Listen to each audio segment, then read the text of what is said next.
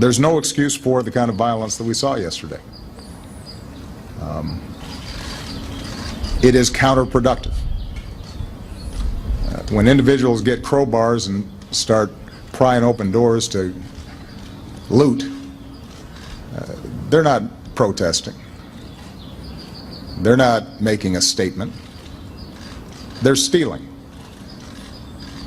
When they burn down a building, they're committing arson. And they're destroying and undermining businesses and opportunities in their own communities. All right, folks, welcome aboard the Steve Malzberg Show. Thank you for joining us at our new time, 5 p.m. Eastern and, of course, 2 p.m. Pacific. That was President Obama today weighing in on what took place in Baltimore yesterday and last night. It was as outrageous as I have seen in many, many years. And the mayor of Baltimore, unfortunately, is clueless and worse than clueless. Here's what she said the other day. Watch. We've had these types of conversations before, and I've made it very clear that I worked with the police and instructed them to do everything that they could to make sure that the protesters were able to exercise their right to free speech. It's a very delicate balancing act, because while we tried to make sure that they were protected from the cars and the other things that were going on, we also gave those who wished to destroy space to do that as well. All right, I've never heard anything like that in my life. This woman should be impeached or she should resign. She then had the chutzpah to say, I didn't say that. She blamed the TV networks for distorting what she said when you heard what she said in full context of what she said. What happened in Baltimore was nothing short of a disgrace. Businesses ruined, the city in ruins, burned. Who's going to suffer? The good people. Joining us now, ladies and gentlemen, David Swerdlick, our friend, my friend, assistant editor at the Washington Post. Hello, David. Hey, Steve. Thanks for having me. My pleasure. Let's start with the mayor. Have you ever heard an admission? I mean, she might have wanted that to happen, but to stand there and say she made sure the cops gave room to the protesters who wanted to destroy?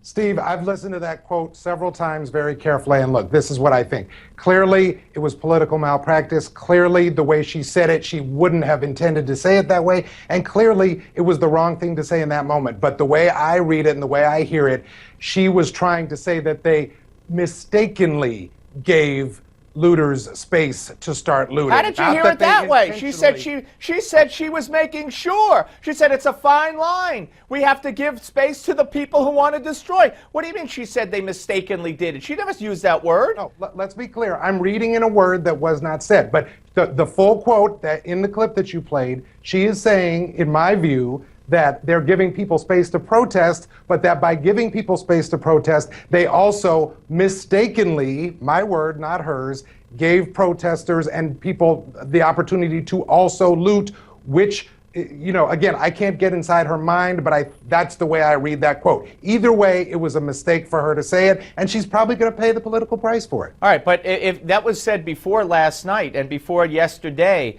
so if that's the case, if that's what she meant, why didn't she instruct her police yesterday to stop running away and to stop standing there and watching and to take action, if you insert the word that you're taking the liberty of inserting? Yeah, no, Stephen, I think you're right about that. Look, Mayor Rawlings-Blake, I'm giving a charitable explanation of the quote, but in terms of the way things have gone, in terms of the destruction of property, in terms of their decision on timing and when to have the police try and restore order, that is a decision that she and the police chief are going to have to live with. Clearly, they got the timing wrong on that. They are the leaders of that city, and that city suffered last night as a result of decisions made. They bear some responsibility, certainly. All right, now let me ask you. I think also the president has changed his tune. You heard what he said about looters and people who break into businesses and people who commit arson. He also, before that, prefaced it by speaking about the cops who have been injured and praying for them and saying he hopes that they get back to duty, showing that it's a tough job to be a police officer. I mean, it's quite a cry, in my view, from if I had a son, he'd look like Trayvon. In Boston or in Massachusetts, the cops acted stupidly with Gates, and even Ferguson. I think he maybe is realizing that, although I think I'm being charitable, at least I'm hearing him change his tune.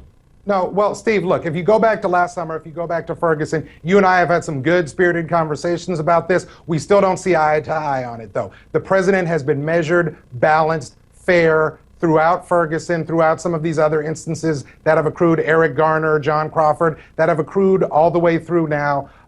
Look, the president is a buttoned down guy. I know conservatives don't agree with him on politics and policy, but the president has never been in a stance where he's said it's okay for people to destroy property. So I think his comments today were completely consistent with that. I personally would not have used the word thug. The president used the word thug. Yes, he did. That was my next point, yeah. But otherwise, I agree with the president's statement. There's no justification for looting and violence in this situation, even though I understand why people in that community are frustrated. Well, all right, if they're frustrated, then they're frustrated with the black mayor, and I think there's been a black mayor for a long time. Yes. I think Nancy Pelosi's father and brother were the last white mayors, and that ended in '71. And with the black police chief who's currently there, and with the Democrats who have run that city forever. So there's nothing racist.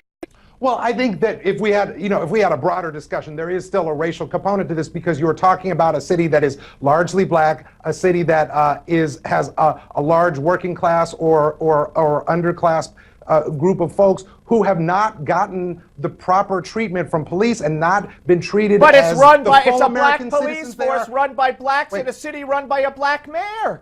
Right, Steve, you're right, and I was getting ready to say, okay. look. In this case, this is not Ferguson. There is a black city infrastructure, the police chief, the council, the mayor, who bear responsibility for the way the police have handled its citizenry, particularly its black citizenry, over the course of many weeks, months, years, etc. But I still think there's a racial component to it. But you're right, this is not exactly the same as Ferguson. But look, as I've said many times on your air before, Steve, look, African Americans, we are citizens, and so African Americans should be treated like citizens by the police wherever we live, and it should not be a situation where the police treat African Americans like African Americans are here to do the police's bidding. The police are here to serve and protect in all communities. And we don't know what happened in Baltimore yet. No, and I'm not passing judgment, and those officers who've been suspended are obviously due process in this situation. We don't know the full story. By the way, and the looters, as the president said, should be treated as people who are criminals and prosecuted, and they should get due process. They should be arrested and get due process as well. The officers are innocent until proven guilty, but there are clearly, you've got to say, a lot of questions about why a guy died in their custody. Right, and there are a lot of rumors popping up, and we'll see. Supposedly they're going to have the results by Friday, but they're not going to announce them on Friday. So I don't know if that means the results aren't going to be what the people want to hear, but we'll see. One other point, you say the president is acting consistently and rightfully throughout Ferguson. I completely understand him sending representatives to this funeral, but to send representatives to the funeral of a man who attacked and shot a police officer's gun and attacked a police officer and then wound up dead, I don't get that at all. Steve, it's still a tragedy when a young person is killed. No, it's not. No, it's not. It's not if you attack a police officer and grab his gun. Even if that police officer was justified in shooting them, it's still a tragedy. And if you remember, that funeral was days after that happened. Much more information came out about that case, which did change how everybody in the country looked at the situation over time. And I don't dispute that with you. But that was days after this happened. All right, fair enough. David Swerdlick, great to talk to you, sir. We'll read you, of course, at the Washington Post. Thank you very much, my friend. Thanks, Steve. All right, David Swerdlick, ladies and gentlemen. Very interesting. And we're going to have more with our next guest on this very, very issue because, we hope and pray that nothing's going to happen. But there are crowds on the streets of Baltimore right now as we speak, and they've been there for most of the day. We'll be joined by spokesman for St. Louis Police Officers Association, Jeff Rorter. He's next, right here on the Steve Malzberg Show.